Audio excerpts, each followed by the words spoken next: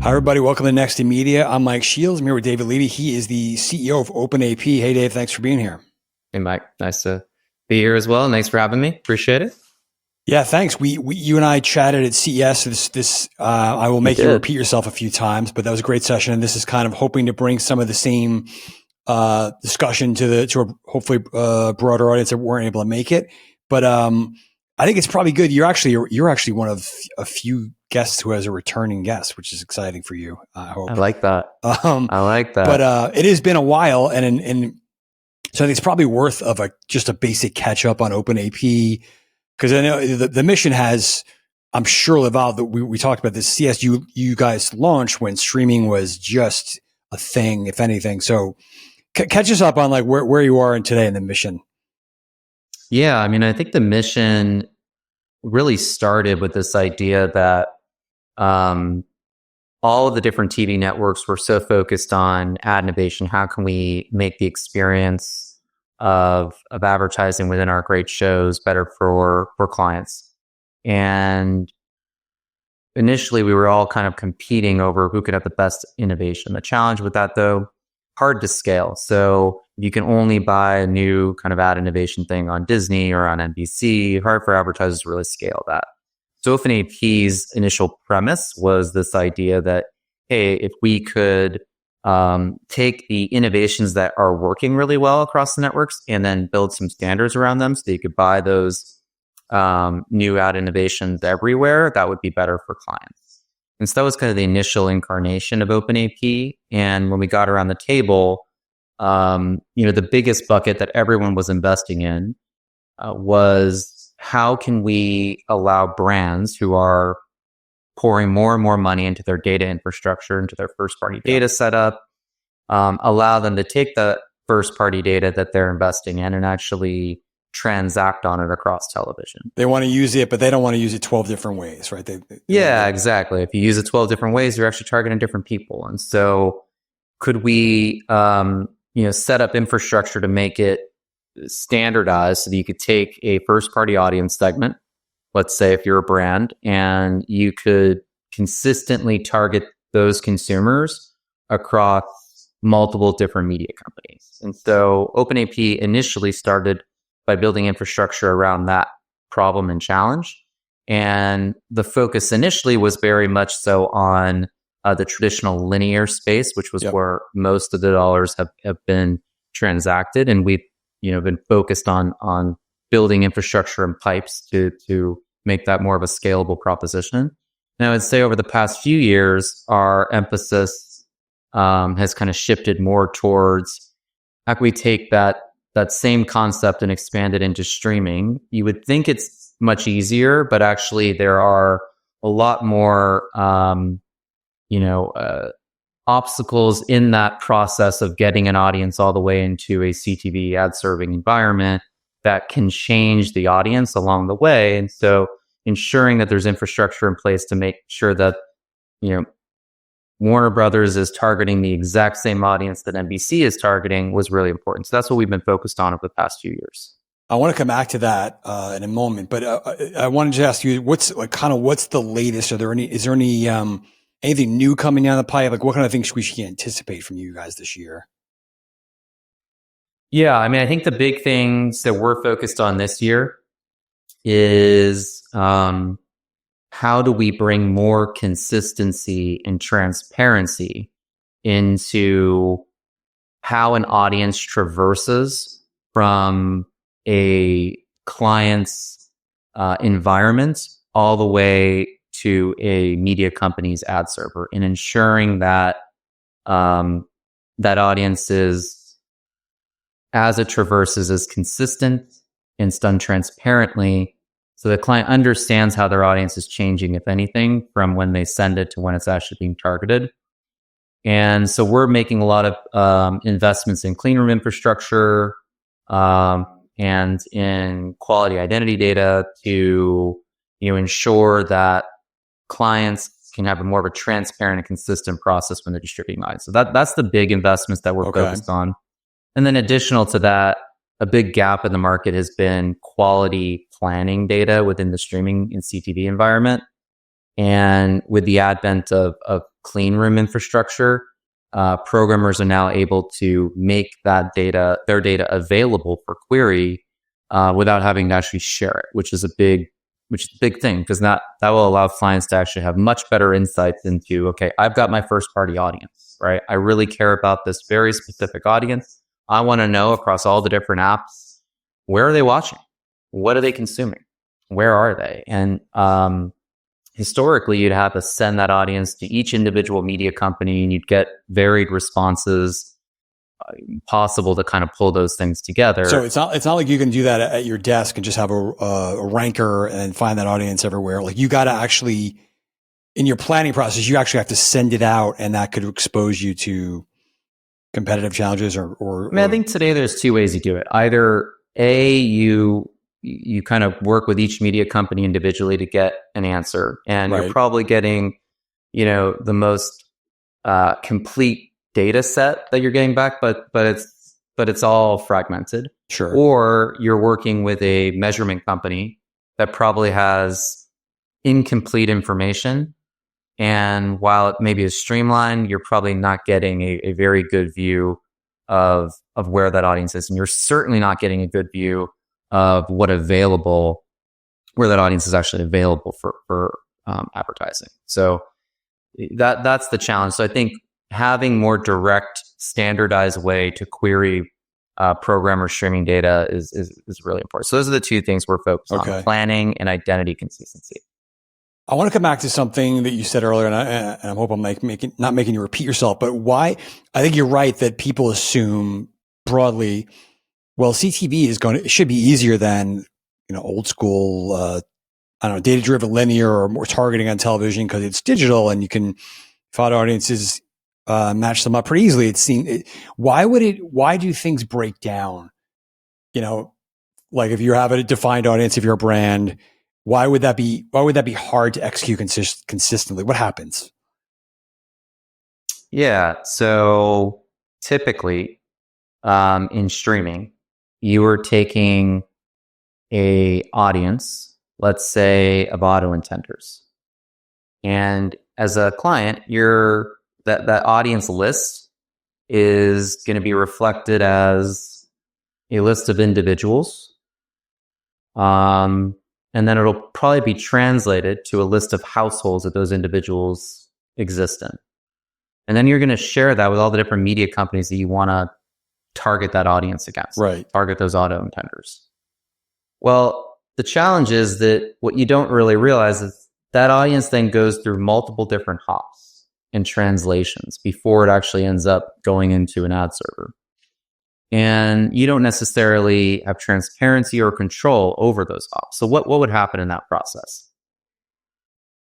As an example, if you have a list of households, you don't target necessarily on that list of households. You actually would target based off of a set of device IDs or IP addresses, and that would be associated with a household. So you would use a DMP like a LiveRamp or Cadence to take those list of households and translate that into targeting information. Well, if each of the programmers do that in a different way, then what you end up with is a different list of targeting information from the exact same auto intender households. Right. And what that really means is that when you go to actually target folks in your ad server, you are targeting different households. And so the challenge is, if you're using what we call different householding solutions, which is different ways to group identifiers to households, then ultimately you're going to have a lot of variation in the audience that you're actually targeting. And then when it gets to measurement, the same challenges are persistent. So in measurement, if you have a measurement company coming in and looking at all of the logs of where ads were delivered, and those logs are going to have identifiers with them, IPs or device IDs. If that measurement company is now going to take their own identity spine and map those identifiers back to a household. Well, if those don't match what was used to create the audience, it's going to look like it was significantly out of target. Right. But that's not necessarily true. It just means that they disagreed, the measurement company disagreed with the data company or DMP that you use to create the audience target. And so now you have a campaign that looks at a target. Maybe it was, maybe it wasn't. And you don't really have a clear picture of who was actually reached, or did you reach your intended audience at all? So it's a big challenge right now, because there just isn't a lot of transparency into that problem that exists. Right. But this idea that, I've got Mike's email address, he's looking for a car, I'll just hit him with that ad when he shows up in a place where he's logged in and they know his email address. It's not nearly that simple. Right. There's I have a couple questions about that. Is there a way to, is it about transparency, or is it about creating a standard way of doing things? I guess I'm asking is, could we use a single identifier that everybody agreed with? Is that even realistic? And the other question is whether, could all this come together in a simpler way, or is it always going to be kind of scattered? Yeah, I think there absolutely is a way to, I think the first piece of this is creating transparency and consistency. Ideally, the client can help decide how to take their audience and translate that into identifiers that can be used for targeting. And I think that they can then enforce that is that standard is upheld across all the different media companies. And then you can basically make sure that the exact same protocol is used for measurement at the end of the campaign. And I think when you do that, that at least solves with a consistency challenge. Now, there are other challenges that exist, and that would be just the quality of the data itself. So there's really two challenges. One is inconsistency, and then the second one is quality data. So if you are relying on IP and device ID, one of the challenges are that generally that data is, purchased, could be stale data, usually is. IPs are rotating 3% per day. So I was going to ask you about that. You've been vocal about people. There's a little bit of maybe too much reliance on IP addresses, or belief that they're persistent and easy. That's not what you're seeing. I actually think IP is a great signal. It's very persistent in all the logs. You don't. There's not you do get that in all the logs versus other identifiers. I think the challenge is that it does rotate, and unless you are committed to ensuring that you're keeping up to date with that rotation, then it's a hard signal to use. Right. And so, I think, look, that's why Trade Desk has moved to email, because email is a pretty stable identifier. It is relatively easy to keep consistent across the campaign process, but it's not prevalent everywhere. And the one challenge with email is that because it's not prevalent everywhere, it does, you don't want to necessarily create a huge advantage for the kind of black box networks that are, social networks that are out there that are the only ones that kind of have this kind of closed loop system. And so email is important to get as many authenticated logged in consumers as possible. But when you don't have that, we still need a infrastructure in place to make sure there's consistency, transparency, and ideally quality data within that as well. Plus, there's always the possibility that IP address could be vulnerable to regulation, right? Depending on who you talk to, some of the states could go after its usage. I haven't really seen that yet, but that's an unknown. 100%. Yeah. I think all these identifiers, and we don't really know what's going to happen from a privacy perspective. Yep. Which is, I think, why the important piece, though, is ensuring that we have a process to ensure that consistency is happening from the targeting to measurement process. And then I think whatever the identifiers are that we were using, whether it's IP, device ID, email, etc., the highest quality data that we can use possible is going to be important. And on each of those, I would say there's different levels of quality data that are out there. And most of what's used today is not quality data. I want to ask you maybe a broader macro question. You've emphasized OpenAP has always been about this, the TV industry. Let's collaborate on stuff that is not worth competing over. Let's get our acts together because we want to be able to compete with these big tech giants, like you mentioned, which I think most people in the industry would buy into and agree with. But then there is still this instinct to go your own way. You see like a Disney talking up its own identity graph and identifier and it's a unique set of buying tools and stuff like that. And a lot of the media companies do that. Are those two things at odds in your mind? Is that counterproductive, or is it just like inevitable? I mean, I think you have to go out and play up the advantages that you have as an organization and where you're investing and spending money and why that's going to be better for clients to work with you. I get that. I think that makes sense. I think that as long as you're also kind of collaborating and cooperating in some of the bigger industry initiatives, I think both things can be true and both can benefit you. So, we talked a lot about creating some standards and quality data. The other piece is like a logged in consumer, for sure, is an authenticated consumer experience, is going to be some of the highest quality deterministic data that you can get, where a logged in consumer is watching something. There probably isn't one.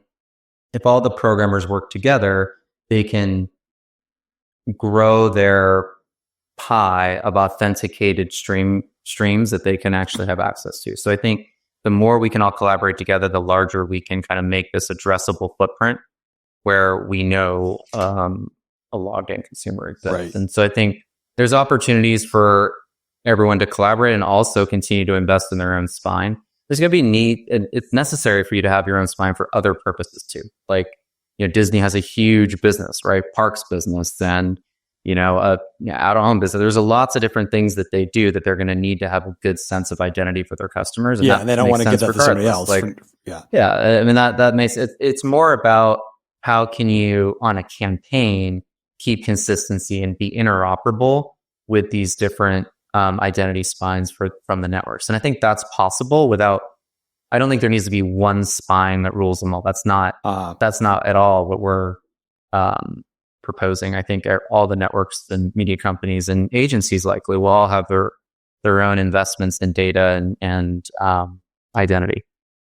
It just needs to be interoperable. You've talked about the there is real pressure on the TV industry right now, right? So you want to make sure that you're moving forward and everyone's innovating, but also recognizing the challenge that's happening with the rise of the big streamers, the tech world. What does everybody? Do you think everybody in the industry understands the gravity? And is there anything that's that's frustrating to you or an obstacle that you'd like to make sure that people understand that they need to push forward on? Yeah, I mean, I do think the more that the longer that it takes for us to have more streamlined solutions where even smaller advertisers can, execute a highly targeted campaign across premium content and television-like content. I think the more that goes where that's not true, there's a lot of risk that exists in the industry for us. So, I think the sooner that we can realize that vision, and I think everyone could you can almost feel it yourself. Like if you open a local business today, if any of these media executives that I think out there, I talked about this a lot to them. It's like if you open a local business today, would it be feasible to advertise across kind of the big media companies? It probably isn't. And that's someplace I think we need to get to. And because there's just not enough scale in just one media company on their own. But if we can make it easy for you to take that audience, onboard it, and buy like a $25,000 media campaign across 5 different networks, that's where I think we can all win and CPMs go up. We need to get from that couple thousand advertisers to the hundreds of thousands of advertisers. Right. Yeah, you're right. That small business, it's probably, it's easy to log into Meta and Google, right? They know those probably. It's everybody in TV has a self-serve option, but it's probably daunting for those folks to figure them all out at once. So that's an area where you're never going to get to where Facebook and Google, we don't have like the standards process is much higher in television, and the creative bar, like it's just a much higher threshold. But I do think, with the opportunities that exist today, with where you could see things going with AI and creative, we need to be set up to enable for more scalable ways to buy smaller campaigns that are highly targeted, right? And across, all the like TV like inventory, and that's doable. It's just not necessarily, and I think it's being worked on by the programmers. It's not necessarily always a top priority, and I wish that was different. But I also get it. Like, this industry has a lot of pressure right now on it, and a lot going resources are dwindling all the time. So it's hard. It is a very difficult environment for executives right now. Sure. I want to come back to something you said. You mentioned how it's just not that easy there isn't a single planning tool that you can just plan a campaign across streaming in the way that probably brands would like. You might think that would be true today because there's been so much investment in alternative measurement and currencies. So that's a long way of me asking, like, where are we with measurement right now? Have we advanced as fast as we would hope to? And could one of those players emerge as a better way of planning this stuff? It could. I think we focused a lot on currency and on measurement over the past few years as if that was going to be the panacea for this industry. I think the reality is that as more and more viewing moves into streaming, you're changing the whole calculus of the conversation. So in linear, right? Linear was there's measurement companies who had a panel of a small number of deterministic households that they knew, and then they're kind of modeling up everything else. Well, in streaming, we have signal on 70-80% of the impressions on where was that impression delivered. We know the IP address likely, we know the device ID for that impression that was delivered. And it's not so much a modeling game as much it is how do we accurately link that IP or device ID back to the right household. Right. And how do we count impressions? So I think, to me, as we move more and more to streaming, the counting game of like how many households were reached, I'm not sure that's that actually important for measurement companies to solve. I think what's much more important is how do we consistently resolve signal back to the right household, and then be able to open up measurement towards a lot more measurement innovation further down the funnel, so we can understand how these ads are actually pushing people down the funnel all the way to becoming customers. Right. And I think that's certainly doable. But that's where I think, when I think about measurement innovation and where we are, what I would like to be in a place in a year or so is be able to say, we have this great environment in TV, almost like a sandbox for measurement companies to now come in and do all this type of measurement innovation that can lead to better ROI for customers. And they can do that because data is available consistently, with campaigns, and they can they can bring their own data into the equation and say, okay, this ad moved this group of people down the funnel in this way, and here's where you should invest further. Right. So I think we're going to be seeing. I don't think the currency piece is as important moving forward. I think we'll be able to count and bill even without measurement companies. It's more, to me, understanding, one, who in the home saw the ad. I think that's important. But then also, what did they do? Like, how did that influence them? And, I think, we continue to hear more of that from clients too, like getting further down the funnel. Dave, last thing, I keep asking you all these questions about problems and obstacles as I tend to do. What's got you really excited? Maybe what's got you pretty optimistic about the next, say, like 6 months, where your team is headed, or the industry overall? Yeah, I mean, I think I talked about. I don't want to feel like I think I have talked about it a little bit already. Where it is part of the problem, but it's also where I'm excited, which is I do think we're going to be in a place where, because of the advent of kind of clean room technology, we can have a lot more of this streaming data be interoperable between multiple programmers and agencies without that data needing to be actually shared.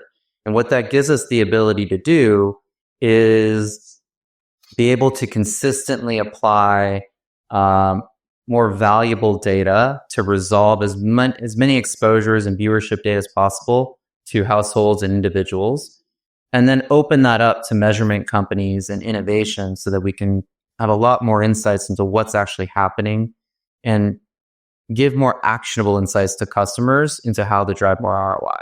I think the more that we can be consultative around, how certain messages are resonating with different groups, it's going to be really important. And so the more kind of ROI driven that we can be, I think the better. So what excites me is I do think within the next few years, we're going to be in a place where we can kind of open up this sandbox, the endless possibilities for measurement companies to come in and innovate and, really start to, feed more insights to clients around how they can improve their marketing campaigns. Right. And that's when CTV really gets to its promise that we've all been waiting for. Yeah, exactly. And I think that I do think we're close to we're never going to be the same as one closed loop system like a Facebook or Google across this industry, but I think we can get really close. And if we can get to the place where an advertiser can activate a campaign within, a couple days, that would be, I think, the goal. And I think we're pretty close to that vision. It's just,